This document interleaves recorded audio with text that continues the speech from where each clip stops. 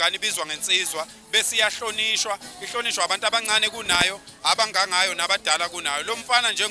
ngamandla anawo nangento aseyenzile ezweni nasesizweni senkosi eMdletsheni usewubhuti kithi noma usewumne wethu noma uma ngathiwa usebekwe endaweni esikhundleni esithile angaba ngisho induna lo mfana manje yebo Khawula kithi impela sake sabona futhi lapha na engathi uveza laba insizwa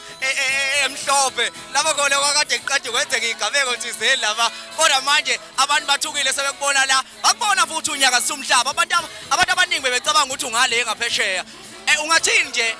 ekutheni mhlambe ucacise lapho ukuthi hayi ungaphesheya noma ungalanga noma nje umuntu nje oyimele eqhawula ngoba siyakubona lokuthi hawu mkhaya ongakithi wenza into enhle umkhaya yebo umculo ulimi oluzwiwa inhliziyo akukho ungaphesheya nanganeno